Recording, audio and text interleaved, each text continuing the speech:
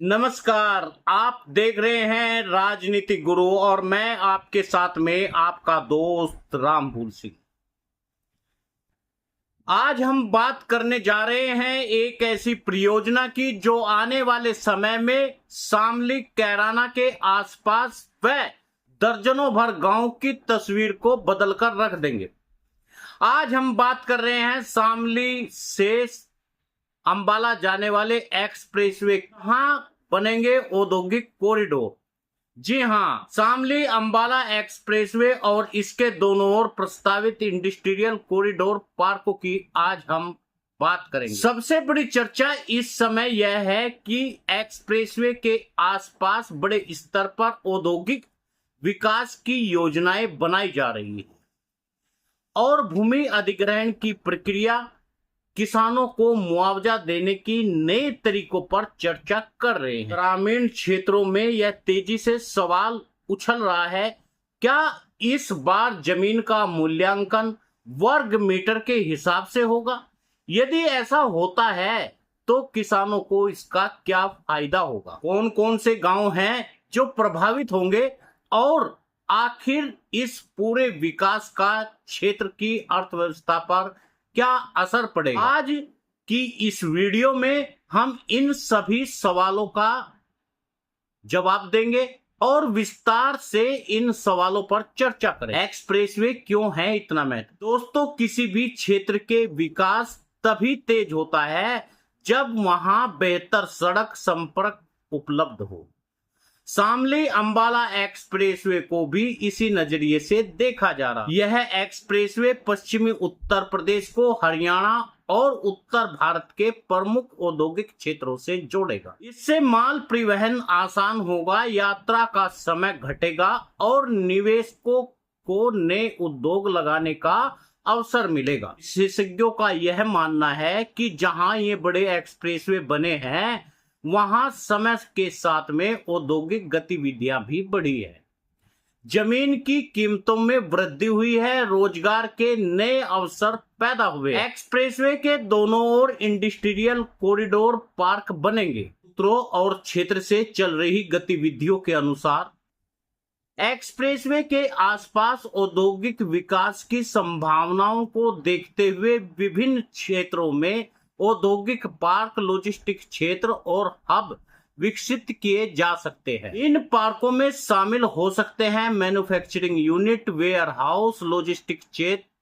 Centre, food processing unit, cold storage, छोटे और मध्यम उद्योग, निर्यात आधारित उद्योग। यदि ऐसा होता है तो स्थानीय युवाओं को रोजगार के लिए दिल्ली, नोएडा, गुरुग्राम जाने की आवश्यकता नहीं है।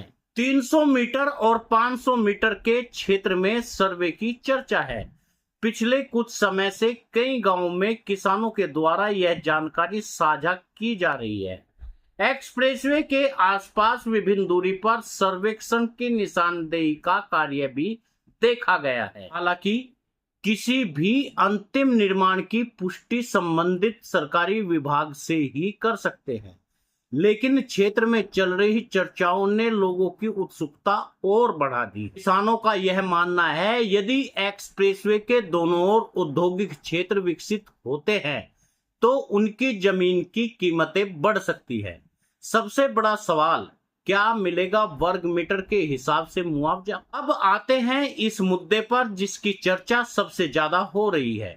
परंपरागत रूप से ग्रामीण क्षेत्र की भूमि का मूल्यांकन बीघा, बिस्सा, एकड़ के आधार पर समझा जाता है, लेकिन जब किसी क्षेत्र का शहरीकरण होता है या औद्योगिक परियोजनाएं आती है तो कई बार भूमि का मूल्यांकन वर्ग मीटर के आधार पर किया जाता है। यही कारण है किसानों के बीच में यह चर्चा है कि औद्योगिक पार्क विकसित किए जाते हैं तो जमीन की कीमतों का निर्धारण वैधानिक तरीके से हो सकता है। यदि जमीन का मूल्यांकन वर्ग मीटर के आधार पर होता है तो छोटे और बड़े सभी भूखंडों का अलग अलग मूल्य स्पष्ट और निर्धारित किया जा सकता है। हालांकि अंतिम दरें नियम सरकार से संबंधित विकास प्राधिकरण तय कर। किसानों को क्या फायदा हो सकता है? यदि क्षेत्र में बड़े उद्योग आते हैं तो किसानों को कई प्रकार के लाभ मिल सकते हैं। पहला लाभ, मूल्य बढ़ना जमीन का। दूसरा लाभ, रोजगार के अवसर। तीसरा लाभ, आसपास की जमीनों की मांग बढ़ना। चौथा लाभ, बाजार, स्कूल, अस्पताल की सुविधाओं का विकास। आज जिन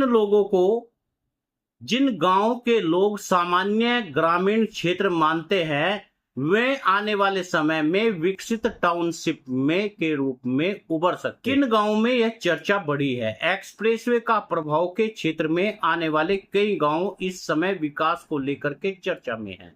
स्थानीय लोगों के अनुसार कैराना की ऊन तहसील के गांव इस परियोजना के प्रभाव में आ सकते हैं। ग्रामीणों का कहना है, यदि औद्योगिक कॉरिडोर की योजनाएं बढ़ती है तो क्षेत्र में भूमि की मांग भी बढ़ सकती है। हालांकि किसी भी गांव से संबंध में अंतिम स्थिति स्पष्ट नहीं है। जब संबंधित विभाग आधिकारिक सूचना जारी करेगा, युवाओं के लिए सुनहरा अवसर होगा। दोस्तों, सबसे बड़ा लाभ क्षेत्र के युवाओं को मिल सकता है। आज हजारों युवा रोजगार के लिए दिल्ली, नोएडा, गाजियाबाद, गुरुग्राम और अन्य शहरों में जाते हैं। यदि शामली अंबाला एक्सप्रेसवे के आसपास में औद्योगिक पार्क विकसित होंगे, फैक्ट्री, रोजगार, तकनीकी नौकरियां, ड्राइवर, लॉजिस्टिक्स सेंटर, सुरक्षा सेवाएं, कार्यालय कार्य, छोटे व्यवसाय जैसे अनेक अवसर स्थानीय स्तर पर उपलब्ध हो सकते हैं। व्यापारियों को लाभ होगा। सिर्फ किसान ही नहीं बल्कि स्थानीय व्यापारी भी इस योजना से लाभान्वित हो सकते हैं। जहां उद्योग आते हैं वहां होटल, ढाबे, पेट्रोल पंप, ट्रांसपोर्ट कंपनियां, ऑटोमोबाइल सर्विस सेंटर, किराना और थोक बाजार तेजी से विकसित हो। इससे पूरे क्षेत्र की आर्थिक गतिविधियां बढ़ जाती है। जमीन बेचे या संभाल कर रखे, यह सवाल बहुत महत्वपूर्ण है। कई किसान वर्तमान समय में जमीन की बढ़ती कीमतों को देखकर बेचने का विचार कर रहे हैं, लेकिन विशेषज्ञों का मानना है किसी भी निर्णय से पहले आधिकारिक जानकारी प्राप्त करना आवश्यक है। अफवाहों के आधार पर जमीन खरीदना और बेचना भविष्य में नुकसानदेही हो सकता है। किसानों को चाहिए सरकारी अधिसूचनाओं और प्रमाणित सूचनाओं पर भरोसा करें। क्या बदल रही है शामली की तस्वीर? यदि प्रस्तावित उद्योग विकास परियोजनाएं धरातल पर उतरती है, आने वाले समय में 10 से 15 वर्षों में शामली जिले की तस्वीर पूरी तरह से बदल सकते हैं।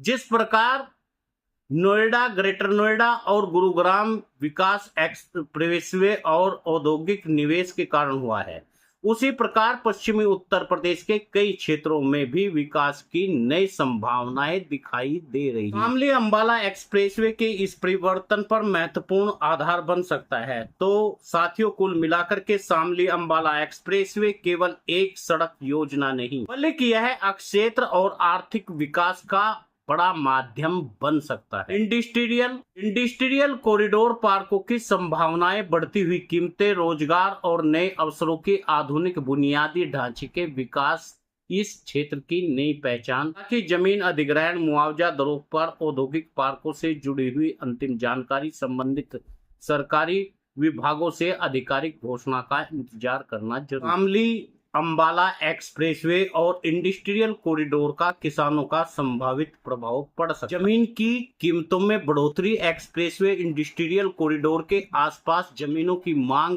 बढ़ सकती है।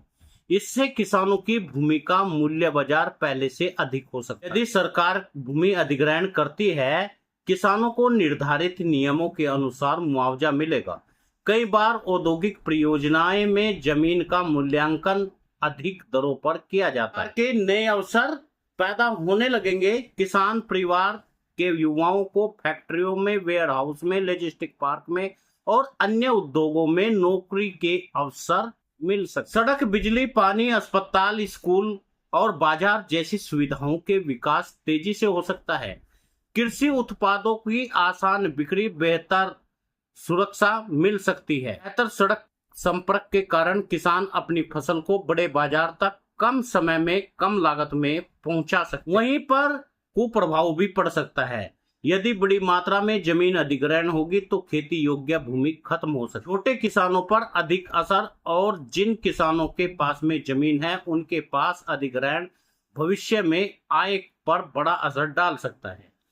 खेती से उद्योग और बदलाव क्षेत्र में शहरीकरण बढ़ने से पारंपरिक खेती का स्वरूप बदल सकता है। औद्योगिक गतिविधियां बढ़ने से प्रदूषण, भूजल दबाव और हरित क्षेत्र में कमी आ सकती है जैसी चुनौतियां पैदा भी हो सकती है।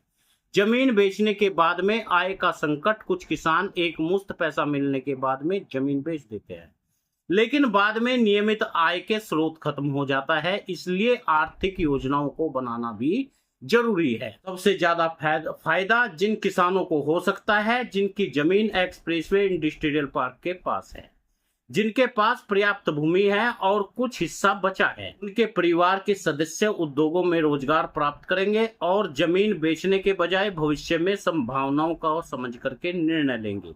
यदि शामली अंबाला एक्सप्रेसवे के आसपास इंडस्ट्रियल कॉरिडोर विकसित होते हैं तो किसान के लिए एक बड़ा अवसर हो सकता है और चुनौती भी। जिन किसानों की जमीन प्रभावित होगी उनके लिए महत्वपूर्ण बात होगी आधिकारिक सूचनाओं पर भरोसा करें और मुआवजा, पुनर्वास तथा भविष्य और आय के बारे में सोच समझकर अपना निर्णय लें। नमस्कार, राम राम।